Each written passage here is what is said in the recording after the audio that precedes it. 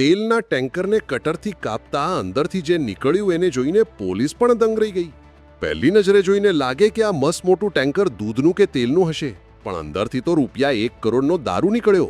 જાણીને નવાઈ નહીં લાગે કે પુષ્પા સ્ટાઇલમાં આ દારૂ ગુજરાતમાં ઘુસાડવાનો હતો. મધ્યપ્રદેશના આગરમાં પોલીસે મસ્ત મોટા ટેન્કરની અંદર ચાલાકીથી છુપાવેલા દારૂને ઝડપી પાડ્યો. કોતવાલી પોલીસને સુસનેર રોડ પર આ મહાકાય ટેન્કર પર શંકા ગઈ, જેમણે ટેન્કરને પોલીસ સ્ટેશન લઈ આવી કટરથી કાપ્યું ને પછી અંદરથી નીકળ્યો ₹1 કરોડનો વિદેશી દારૂ. ટેન્કરની અંદર 7 ચેમ્બર બનાવવામાં આવી હતી.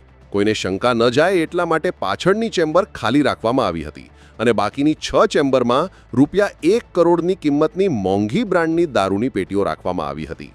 ટેન્કર પર ખાદ્ય તેલ માટેનું ટેન્કર એવું લેબલ લાગેલું હતું જે ચંડીગઢથી રાજસ્થાન અને મધ્યપ્રદેશ થઈને ગુજરાત આવવાનું હતું. પણ ગુજરાતમાં આ દારૂ ઘૂસે એ પહેલાં તો પોલીસે તેનો પર્દાફાશ કરી નાખ્યો. હાલ પોલીસે ડ્રાઈવર સહિત ટેન્ક અને મુદ્દામાલ કબજે કરી તપાસ શરૂ કરી છે.